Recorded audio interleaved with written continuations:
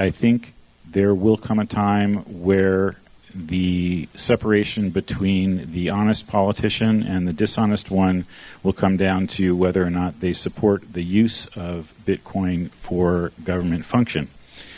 Because it does provide that auditability, and the anti-corruption tools that it can implement throughout government can make government become provably honest in a way that's never before been possible.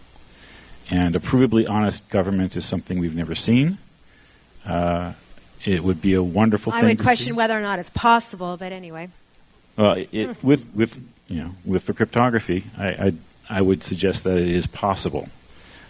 Whether or not that would imply, though, that people are always honest in the first place. So, well, those that are can then prove it, right? And the ones that aren't can't. So that it may create that division between the people within government that become more electable because they can prove the degree to which they are honest, versus those who are competing for their office.